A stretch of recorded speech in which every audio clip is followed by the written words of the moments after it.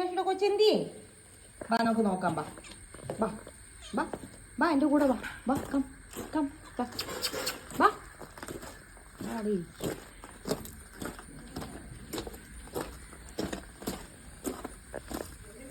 ബാ ബാ നിന്റെ കുഞ്ഞിനെ നോക്കാൻ പോവാ. അമ്മയുടെ അയ്യോ മുളകയിൽ എത്ര മുളകാ കേട്ടോ. അമ്മ കണ്ടിട്ടില്ലേ ഇത്? അമ്മേ 1 2 3 ഇഷ്ടം പോലെ മുളകുണ്ട്.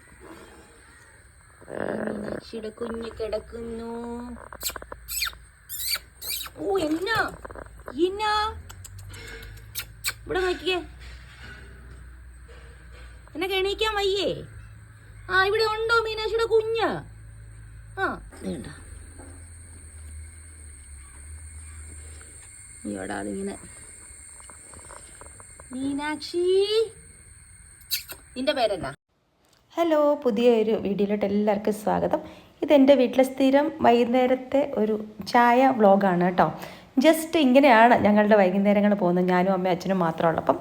അപ്പം നമ്മുടെ വീട്ടിലെ മീനാക്ഷി ഞാൻ കാണിച്ചിട്ടുണ്ട്. നമ്മുടെ വീട്ടിലല്ല കേട്ടോ, അവളിങ്ങനെ വന്നു പോയി അവിടെയൊക്കെ നിൽക്കായിരുന്നു. പക്ഷേ ഇപ്പം ഞങ്ങൾ ഈ ഗോപുവിൻ്റെ പിള്ളേരൊക്കെ വന്നേ പിന്നെ ഇവളെ ഭയങ്കരമായിട്ട് കെയർ ചെയ്ത്. അപ്പോൾ അവളുടെ വിചാരം ഇവളെ നമ്മൾ വളർത്തുക എന്നാണ്. അപ്പോൾ എനിക്ക് ഭയങ്കര പാവം തോന്നി കേട്ടോ. അപ്പോൾ അവൾ കഴിഞ്ഞ ദിവസം 2 ദിവസം മുന്നേ അവൾക്ക് ഒരു കുഞ്ഞുണ്ടായി. അപ്പോൾ ഒരു കുഞ്ഞേ ഉള്ളൂ കേട്ടോ ഇപ്രാവശ്യം. അപ്പോൾ അതവളെ കൊണ്ട് പാത്ത് നമ്മുടെ ഒരു അടുക്കളയുടെ താഴത്തെ ഒരു അവിടെ കൊണ്ട് വെച്ചിരിക്കുക കേട്ടോ. അപ്പോൾ ഞാനിത് നോക്കാൻ വന്നപ്പോൾ എൻ്റെ പുറകെ എൻ്റെ കൂടെ വന്നിരിക്കുകയാണ്. അപ്പോൾ അവൾ അവിടെ നിന്ന് എഴുന്നേറ്റ് കഴിച്ചിട്ട് ഇവിടെ വന്ന് കിടക്കും. പിന്നെ അവിടെയാണ് അപ്പോൾ ആ കൊച്ചിനെ ഇങ്ങനെ വെച്ചിരിക്കുന്നത് കേട്ടോ. ഇങ്ങനെ അയ്യോ എഴുന്നേൽക്കാറായിട്ടില്ല. അപ്പോൾ ഞാൻ ആ കുഞ്ഞിനെ നോക്കുന്ന കണ്ടിട്ട് അവൾ എൻ്റെ കൂടെ വന്നിരിക്കുകയാണ് കേട്ടോ. കാലെ തൊട്ട് നിൽക്കുക. പേടിയുണ്ടായിരിക്കും ഒക്കെ ഞാൻ തൊടുപോന്നോ എന്തെങ്കിലും ആയിരിക്കും. എൻ്റെ കൂടെ തന്നെ നിൽക്കുക കേട്ടോ. അപ്പോൾ ഞാൻ പറഞ്ഞു പോകാമെന്ന് പറഞ്ഞപ്പോൾ തിരിച്ച് എൻ്റെ കൂടെ അങ്ങ് നടന്ന് നമ്മുടെ അടുക്കളപ്പുറത്തോട്ട് പോവാണേ. ഇന്ന് വരുവാണോ എൻ്റെ കൂടെ മീനാക്ഷി?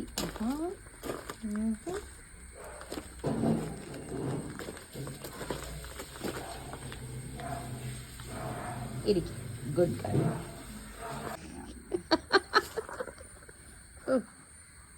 എൻ്റെ വീഡിയോയിൽ ഐശ്വര്യയാണ്.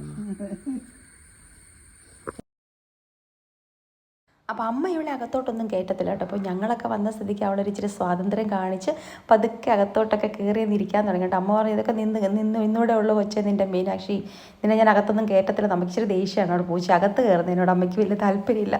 അപ്പോൾ ഞാൻ ഉച്ചക്കത്തെ മീൻകറി നോക്കുമായിരുന്നേ. അപ്പോൾ നമ്മൾ ഇന്ന് വിചാരിച്ചു ഏത്തയ്ക്കാപ്പം ഉണ്ടാക്കാമെന്ന്. സാധാരണ ഞങ്ങൾ കടയിൽ പോകുമ്പോൾ മിക്കവാറും ഏത്തയ്ക്കാപ്പം വാങ്ങിച്ചുകൊണ്ട് വരും.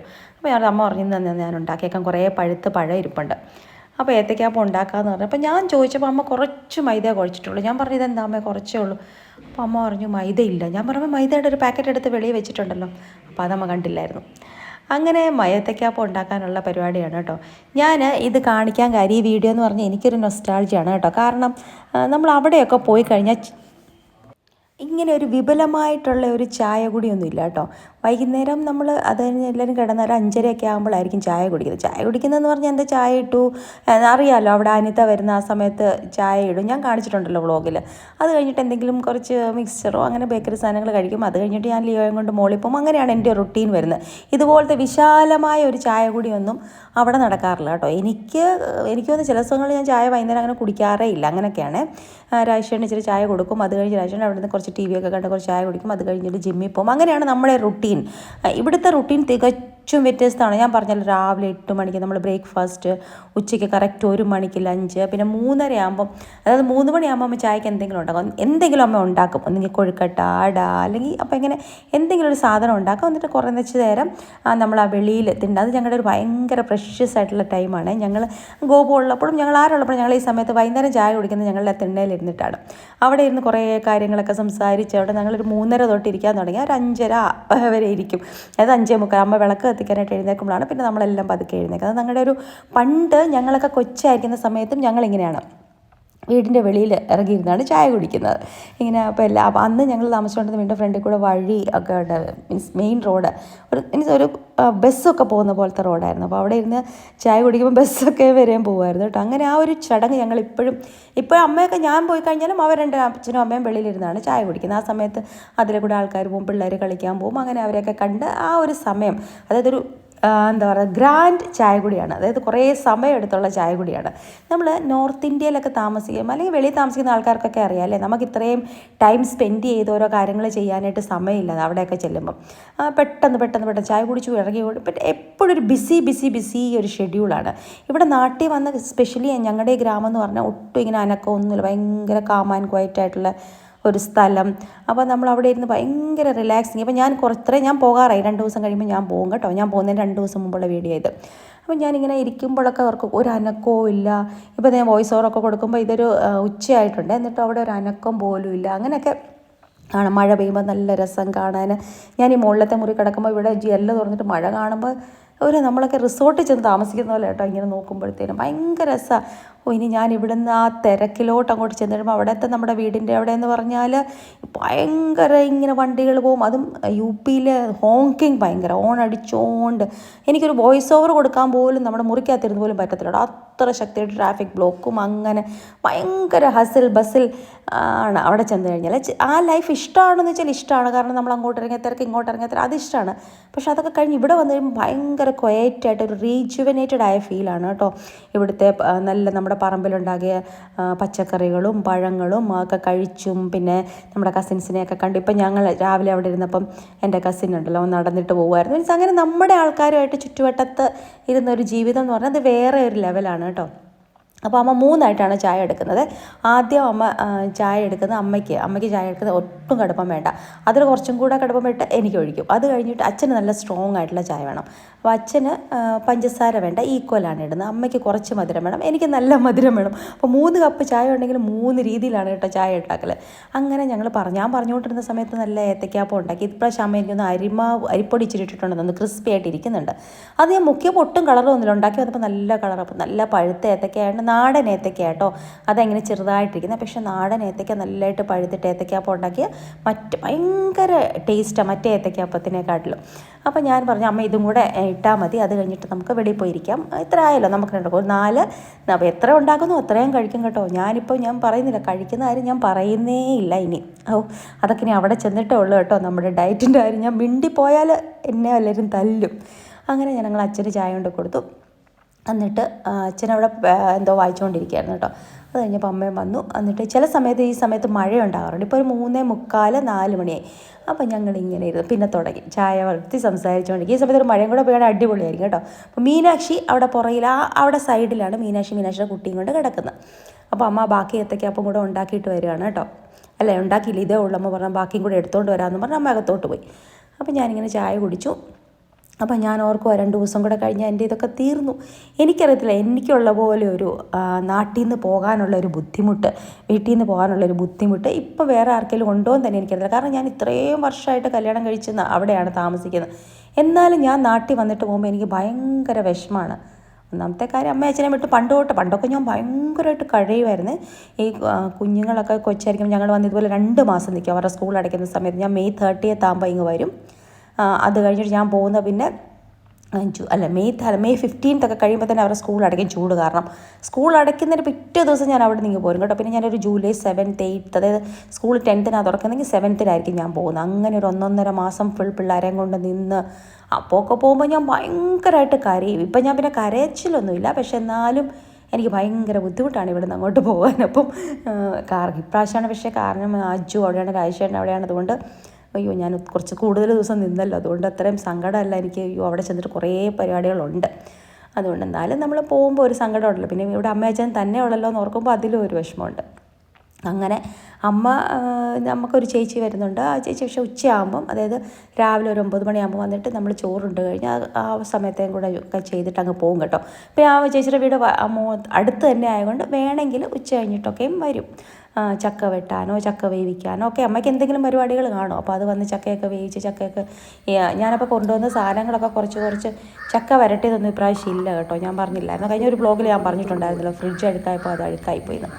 അപ്പം ഇവിടെ ഇങ്ങനെ സിലിണ്ടർ ഇങ്ങനെ വെളിയിലെടുത്ത് വെക്കണം കേട്ടോ അവർ പറയുന്ന ദിവസം. അപ്പോൾ നമ്മുടെ ഗ്യാസുകാർ വന്ന് സിലിണ്ടർ എടുത്തോണ്ട്. അപ്പോൾ ഞാൻ ചോദിച്ചത് ഇന്ന് വന്നില്ലല്ലോ ഇതുവരെ എന്നിങ്ങനെ പറയായിരുന്നേ. അങ്ങനെ ഞങ്ങൾ നോക്കിക്കൊണ്ടിരുന്നപ്പം ഒരു ഓട്ടോ വന്ന് നിൽക്കും നമ്മുടെ ഫ്രണ്ടിൽ. അപ്പം ഞാൻ എന്തോ എടുക്കാനായിട്ട് അകത്തോട്ട് പോയ സമയത്ത്, അല്ലല്ല, ഞാൻ വന്നു കഴിഞ്ഞിട്ടാണ് തോന്നുന്നത്, ഒരു ഓട്ടോ വന്ന് നിൽക്കുന്നു. ഇതിപ്പോൾ ഞാൻ എടുക്കാൻ പോയത് എന്തിനാണെന്ന് വെച്ചാൽ അപ്പം കുറച്ചുകൂടെ 2-3 നേരത്തേക്ക് അപ്പം കൂടെ ഉണ്ട്, അതുകൂടെ ബാക്കി എടുക്കാനായിട്ട് വന്നാൽ. ഇതിങ്ങനെ കഴിച്ചുകൊണ്ടിരിക്കും കേട്ടോ. നല്ല ടേസ്റ്റ് ഉണ്ടായിരുന്നു, നല്ല മധുരമുള്ള ഏത്തപ്പഴമായിരുന്നു, നന്നായിട്ടുണ്ടായിരുന്നു. അപ്പം ഞാൻ നോക്കിയപ്പം സുബി വരുന്നു. സുബി ഞങ്ങൾ അടുത്താണല്ലോ താമസിക്കുന്നത്, അതായത് ഒരു 1 കിലോമീറ്റർ 1.5 കിലോമീറ്റർ ദൂരത്തിലാണ് സുബി താമസിച്ചത്. അപ്പോൾ വൈകുന്നേരം ആയപ്പോൾ സുബി എനിക്കിങ്ങനെ പറഞ്ഞാൽ ചിലപ്പോൾ ഞാൻ വരുമെന്ന്. അപ്പോൾ സുബി ഇങ്ങനെ വരികയാണ് കേട്ടോ. ടെൻഷൻ, എൻ്റെ ക്യാമറ ഓണാണ്. അടിപൊളി, കറക്റ്റ് സമയത്ത് ഈ കോല് രാവിലെ എനിക്കൊന്ന് മനസ്സിലാകാത്ത പോലെ കളിക്കാൻ പറ്റുന്നില്ല. ഈ കോല് ഈ സാധനം ഇവിടെ കണ്ടോ? കോല് പിടിച്ചിട്ടാൻ കൂടെ പറ്റില്ല. ചായ കുടിച്ചില്ലല്ലോ അല്ലേ? ചായ കുടിക്കാറില്ല. അല്ലല്ലോ, ഞാൻ രാവിലെ നീ നിനക്ക് ഞാൻ നീ ഇവിടെ ഇരിക്കും.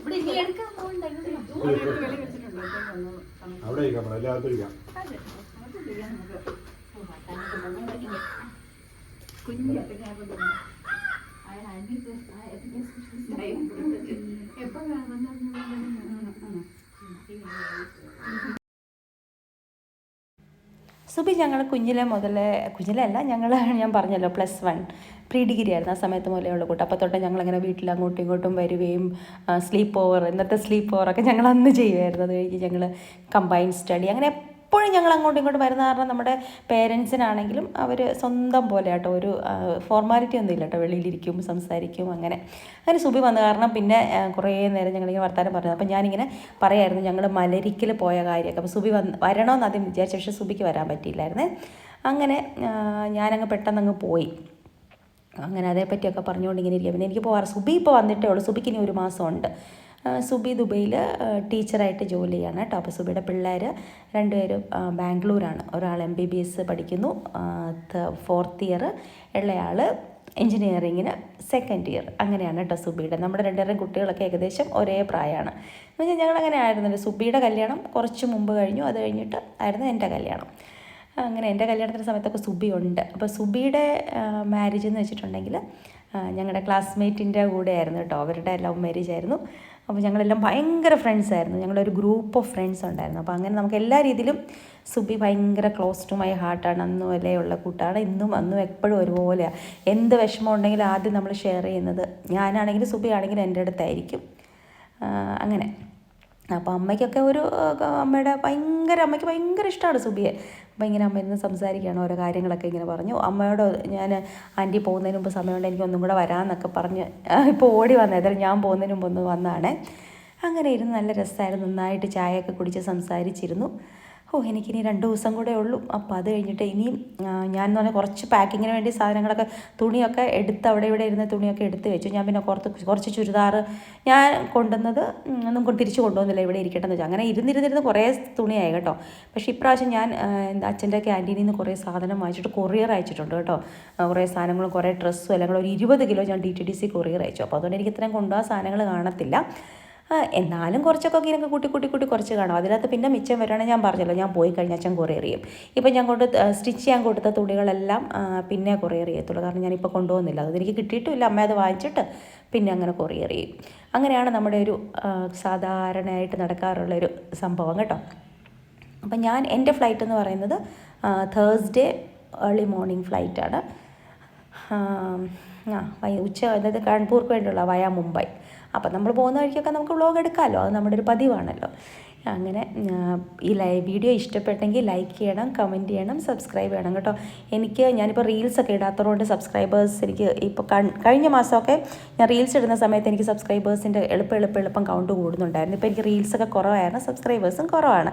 അപ്പം ഇനിയിപ്പം നിങ്ങൾ എങ്ങനത്തെ ഉള്ള വീഡിയോ ആണ് ഇഷ്ടം എന്ന് വെച്ചാൽ അതുപോലത്തെ വീഡിയോ. ഇതിപ്പോൾ ഞാൻ നാട്ടിൽ വന്നതുകൊണ്ട് ഈ കുറച്ച് കാര്യങ്ങൾ എൻ്റെ ഓർമ്മയിലും ഇരിക്കുമല്ലോ, ഇങ്ങനെ അമ്മയുടെ ഇവിടെയൊക്കെ ഇരിക്കുന്ന സമയം, അതൊക്കെ സ്പെൻഡ് ചെയ്യുന്ന സമയം, അതുകൊണ്ട് ഞാനിങ്ങനെ കുറേ ഇങ്ങനത്തെ വീഡിയോസ് എടുത്തിടുന്നതാണ് കേട്ടോ. അപ്പോൾ ഇന്ന് അതായത് ഞാൻ ഇന്ന് അപ്ലോഡ് ചെയ്യുന്നതിന് മുമ്പ് വോയിസ് ഓവർ കൊടുക്കുവാണേ. അങ്ങനെ ഞങ്ങൾ ഏത്തയ്ക്കാപ്പൊക്കെ കഴിച്ചു. രാവിലെ എന്നും മീൻ വേണം കേട്ടോ. ഞാൻ പറഞ്ഞല്ലോ, ഞാൻ ഇവിടെ വന്ന് ചെയ്യുന്ന കാര്യങ്ങൾ ഞാൻ എന്തും റിപ്പീറ്റ് അടിച്ച് പറയല്ലേ. ഒരു ഫ്രൂട്ട് കഴിക്കും, കുറേ ഫ്രൂട്ട്സ്, അവിടെ കിട്ടാത്ത കുറേ ഫ്രൂട്ട്സ് കഴിക്കും, കരിക്ക് കുടിക്കും, പിന്നെ മീൻ, ഇതൊക്കെ എനിക്ക് എന്നും വേണ്ട കാര്യങ്ങളാണ്. അപ്പോൾ അതുകൊണ്ട് ഞാൻ വെയിറ്റ് പുട്ട് ഓൺ ചെയ്യുന്നതിന് ഒരു കണക്കില്ല, നല്ലതായിട്ട് ചെയ്തിട്ടുണ്ട്. പക്ഷെ അത് ഞാനൊക്കെ അവിടെ ചെന്നിട്ട് ശരിയാക്കാം. പക്ഷെ ഞാൻ അവിടെ നിന്ന് വലിയ പ്രോമിസൊക്കെ ചെയ്തിട്ട് വന്നതാണ്. ഇവിടെ വന്നിട്ട് എങ്ങനെയെങ്കിലും കറക്റ്റ് കൺട്രോൾ ചെയ്തുകൊണ്ട് പക്ഷെ ഒന്നും നടന്നില്ല കേട്ടോ. ഫ്ലോപ്പായപ്പോയ ഒരവധിക്കാലമായിരുന്നു. പക്ഷേങ്കിൽ ഫണ്ണിൻ്റെ കാര്യത്തിലും എൻ്റർടൈൻമെൻറ്റിൻ്റെ കാര്യത്തിലും അതൊക്കെ ഇഷ്ടം പോലെ ഫുഡ് കഴിച്ചു. മനസ്സിന് ഇഷ്ടമുള്ള പോലത്തെയൊക്കെ ഫുഡ് കഴിച്ചു, ഇഷ്ടമുള്ള പോലത്തൊക്കെ കറങ്ങി, കുറേ ട്രാവൽ ചെയ്തു, കുറേ കസിൻസിനെയൊക്കെ കണ്ടു, കല്യാണം കൂടി, സദ്യ കഴിച്ചു. അങ്ങനെ ചെയ്യണമെന്ന് ആഗ്രഹിച്ച കാര്യങ്ങളെല്ലാം ചെയ്തു. പിന്നെ ഒരു കാര്യം മാത്രമാണ് നമ്മൾ ആഗ്രഹിച്ച പോലെ നടക്കാഞ്ഞത്. കാരണം ഫുഡിനുള്ള കൺട്രോള്, സ്റ്റെപ്സൊക്കെ എടുക്കുന്നുണ്ടെങ്കിലും ഫുഡിനോടുള്ള കൺട്രോള് എനിക്ക് കുറയ്ക്കാൻ പറ്റില്ല. കാരണം എല്ലായിടത്തും ചെല്ലുമ്പോഴും എല്ലാ ഫുഡും എല്ലാം എനിക്കിഷ്ടമുള്ള ഫുഡെല്ലാം ഞാൻ കഴിച്ച് ഞാനൊരു കുറേ 2-2.5 കിലോ കൂടിയിരിക്കുകയാണ്.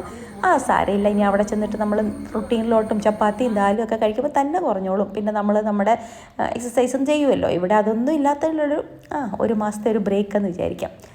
അങ്ങനെ ഇത്ര ഉള്ളായിരുന്നു ഇന്നത്തെ video. Thank you for watching. Bye Lakshmi.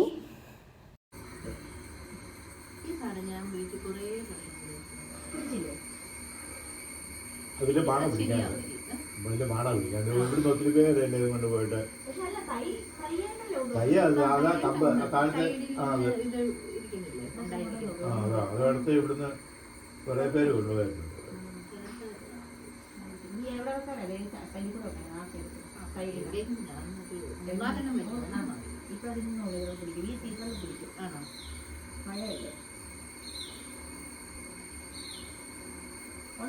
കൃഷിയൊക്കെ ഉണ്ടോ? ചീരയൊക്കെ ഉണ്ടോ? മുട്ട കിട്ടുന്നുണ്ടോ? അല്ല, കൃഷി ചീരയൊക്കെ ഉണ്ടോ? ചീര, വെണ്ടയ്ക്ക, പിന്നെ കപ്പ, അങ്ങനത്തെ സാധനം, കപ്പ, ചേന, കിഴങ്ങ്.